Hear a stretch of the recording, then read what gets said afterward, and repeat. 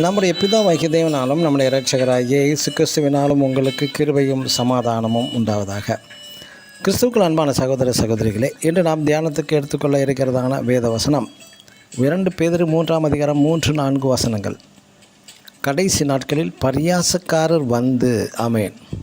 நாம் இன்று இயேசு கிறிஸ்துவின் 2ஆம் வருகை பற்றி தியானிக்கும் பொழுது, இந்த கிறிஸ்தவர்களுக்கு வேறு வேலையே இல்லையா என்பார்கள். ஜீசஸ் கம்மிங் சூன் என்று பொய் சொல்கிறார்கள் என்பார்கள். அவர்கள் கேலி கிண்டல் செய்து வருகிறார்கள். ஆம், இயேசு கிறிஸ்துவின் 2ஆம் வருகை எப்போது தான் வரப்போகிறது?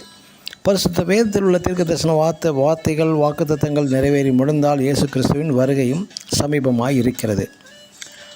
அடுத்ததாக சபை பூர்ணப்பட வேண்டும். அதாவது மணமகனுக்கு ஏற்றதான மணவாட்டி என்பது சபை ஆயத்தப்பட்டால் தான் இயேசு கிறிஸ்துவின் வருகையும் சமீபம். இது ஒரு கட்டாய திருமணம் அல்லவ. பிடித்தவர்கள் மட்டுமே திருமண பெண் ஆகலாம், எல்லோரும் அல்ல. இயேசு கிறிஸ்துவின் வருகை காலதாமதம். இந்த நாளில் மணவாட்டி தன்னை ஆயத்தப்படுத்துகிறாள் என்பதுதான்.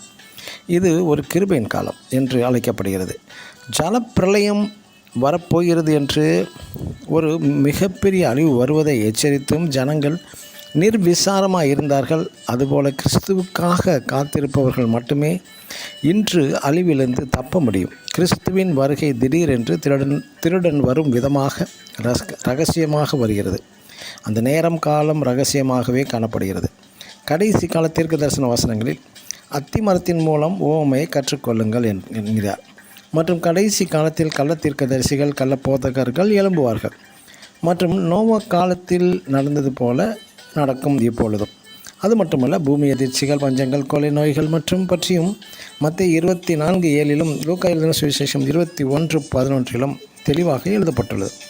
மற்றும் ஏசாயா எழுந்த தீர்க்கதரிசியின் புத்தகத்தில் 24:12 படி the city is left desolation and destruction, நகரம் பாழாய் கிடைக்கும் என்றும் ஏசாயா எழுந்த தீர்க்கதரிசியின் புத்தகத்தில் 24:10 the city every house is shut up lock down, நகரத்தின் வீதிகள் எல்லாம் அடைப்பட்டிருக்கும். இவை யாவுமே நாம் நடந்ததை நன்றாக அறிவோம்.